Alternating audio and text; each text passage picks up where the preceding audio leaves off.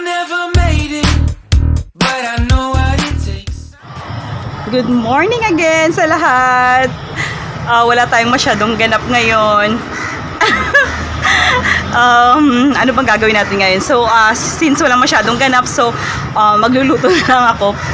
Papakita ko sa inyo yung aming lunch ngayon, kung ano yung lulutuin namin. Magluluto ako ng curry. It's a, what do you call that? It's a Goan curry, a traditional Goan curry. Yung tawag nila ay sorak. And then magluluto rin ako ng okra or yung bindi. Yun bintag na. We're going to make a bindi fry lang. Yun. So papakita ko sa inyo kung ano yung paano lulutuin yun. At I'm sure masasarap pa din kayo dahil healthy to. I'll see you later. Okay, so we will going to make sorak. It's a coconut curry. So we have a grated coconut. We have turmeric. There is a cumin. Yeah, cumin seeds. There is garlic and onion.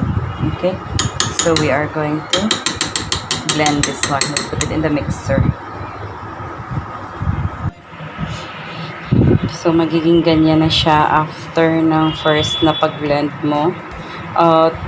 I forgot, nilagyan ko rin pala ng red chilies.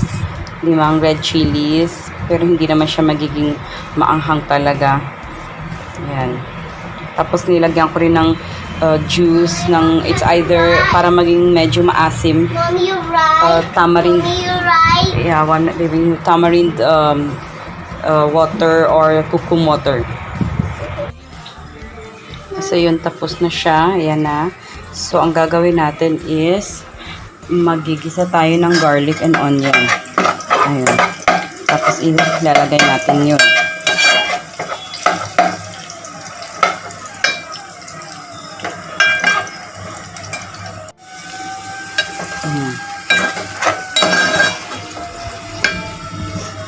Ayan. Gagasa tayo ng garlic and onion. Gusto ko yung talagang parang nabuburn siya. Okay. And then, ilalagay ko siya yung minix ko kanina. Ayan.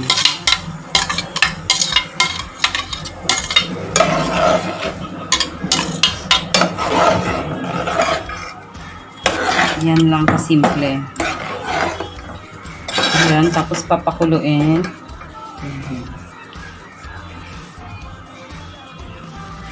Ayan, tapos papakuluin lang siya.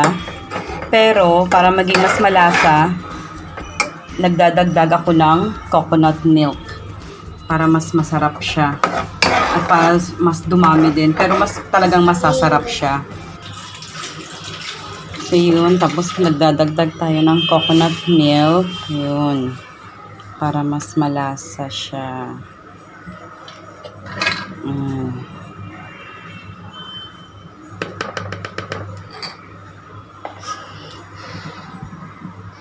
At naglalagay ako ng Maggi cubes para mas, alam mo yun, mas, syempre di ba pag may Maggi cubes, masarap talaga yung lasa niya. Ayan. Ayan. Tapos naglagay na ako ng Maggi cubes. Ayan, hihintay na lang siyang kumulo. Tapos i-taste, lagyan ng hindi naglalagay ng pepper. Hindi rin ako naglalagay ng salt kasi nga may Maggi cubes na. So yun, tapos after that, ready to serve na siya. Kasi mainly sa atin, yung sa atin kasi is yung parang sabaw natin, yan. Sabaw sa kanila kasi curry. So most talagang all the time, hindi naman all the time gumagawa ako ng ganito, yung sorak, coconut curry. Kasi mas paborito ng mga bata, masarap siya sa kanin. Tapos yun, pero kasi yung sa atin pag sabaw, akala nila parang soup sa atin yung sabaw, yun. Kapag gumagawa ako ng may sabaw, o pag niluto ako ng may sabaw, akala nila soup siya, yun. Tapos itong sorak is a traditional Goan curry. Yan. So, kanina yung minention ko nga, it is made of, your ingredients niya, yung minix ko, nilagay ko sa mixer is, naglagay ako ng chili, red chilies, 5 piraso. And then, merong garlic, merong onion, naglagay ako ng cumin seeds, naglagay ako ng turmeric, naglagay ako ng yung mga ibang spices, yung mga masala. Ayun, tapos yung grated coconut nga, yun. Tapos minix ko siya sa blender, nilagay ko siya sa blender hanggang sa yun maging ano na siya, parang liquid. Tapos naglagay ako parang para maging liquid siya, naglagay ako ng tawag dito, yung tamarind water, yung tamarind mismo, dried tamarind or kukum.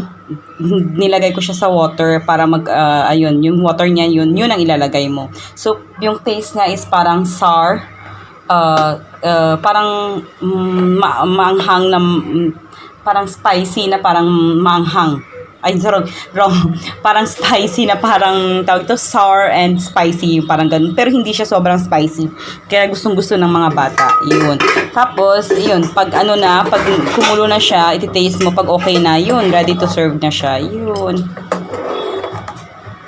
Yan. Sa mga susunod, ipapakita ko pa sa inyo kung ano yung mga usual na niluluto namin sa bahay.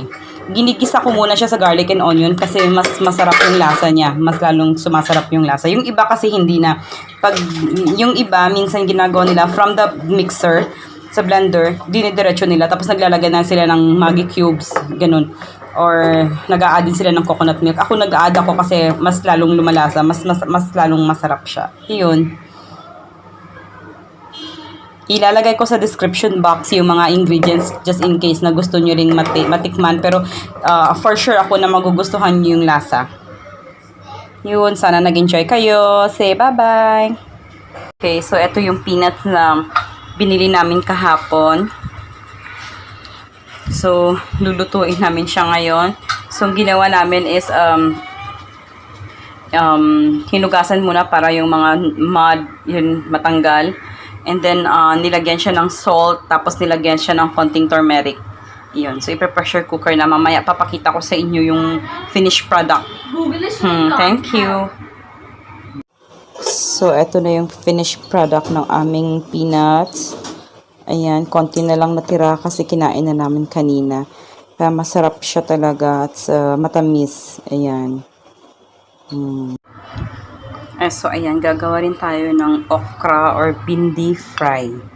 Ayan, yung pinili namin sa market. So, yun, hinugasan ko siya, tapos kinat ko siya ng paganyan, pahaba. Ayan, pakita ko sa inyo kung paano namin ginagawa to. Ayan, so magpapainit tayo ng pan. Tapos, yan, mainit na siya. Lagay tayo ng oil, konting oil. Ayan, kulo na siya.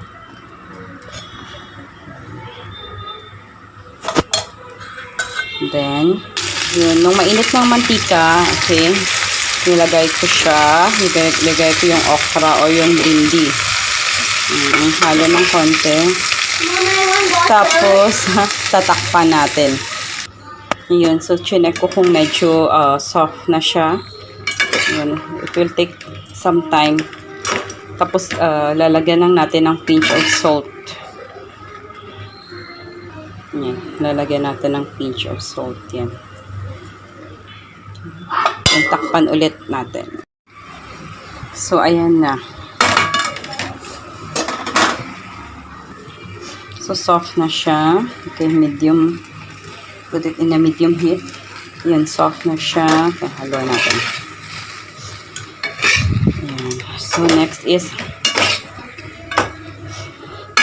lalagyan natin siya ng half tablespoon of turmeric or haldi. Ayan. Kasi maraming benefits yung haldi or turmeric. Antioxidant siya, anti-inflammatory, so masarap, maganda siya sa katawan natin. And then nilalagyan siya namin ng vinegar kasi nga para yung kita yung slime, nawawala yung slime niya. Iyon. Tapos haluin. So, ayun, nakita ninyo yung aming ulam kanina, yung ginawa ko, yung sorak, yung coconut curry, tapos yung okra, your bindi fry. Usually, alam nyo, hindi ako kumakain ng okra ever since kahit nang sa Pilipinas. Pero nung natikman ko yon, na-appreciate yung, ibig ko sabihin is, masarap pala siya. Kasi usually sa atin sa Pinas, like, meron tayong mga tanim na okra, diba, sa bakuran natin. So, usually, pag ginagawa natin is, how we cook is like steam. Sinesteam natin siya. Nilalagay, pag nagluluto tayo ng rice, nilalagay siya sa taas, tapos sinesteam siya. Tapos pag kumakain is nilalagyan siya ng vinegar tsaka yung toyo. Ganun tayo pag kumakain. Although masarap naman siya, pero hindi talaga ako kumakain ng okra. Pero dito talaga, nung dumating ako ng India, nung na-try ko yun, talagang masarap pala siya. Kasi pag nilalagyan, lalo pag nilalagyan nila ng vinegar, masarap, iba yung lasa. So, hindi siya ganun ka mahal. Dahil okra, affordable anywhere. Yun, kahit naman meron naman sa Pilipinas, merong turmeric, merong haldi. But, turmeric powder. Pero, minsan, alam ko nabibili siya sa mall kasi nung nasa Pilipinas kami, nakakabili kami pero sa mall. Pero, just in case na wala, kahit vinegar lang, I'm sure na, masarap siya. So, masarap siya, affordable siya, at the same time, healthy. Yun lang naman yung importante sa lahat. And then, ayun, so sana, kung gusto nyo, just in case na gusto nyo i-try lutuin, nasa description box yung ingredients, at saka kung paano siya lutuin, yung steps. So, ayun, sana mag-enjoy kayo, at sana matry nyo rin sa bahay ninyo. Ayun, sa hindi pa nagsasubscribe, please do subscribe. And then, if you like this video, please give a thumbs up on it. And then, if you have any questions or any thing that gusto nyo malaman, you can comment down below. Thank you so much again. Thank you so much for your time na in-spend niyo to watch the video. And ingat po tayo lagi and stay safe. Bye! God bless! Bye-bye!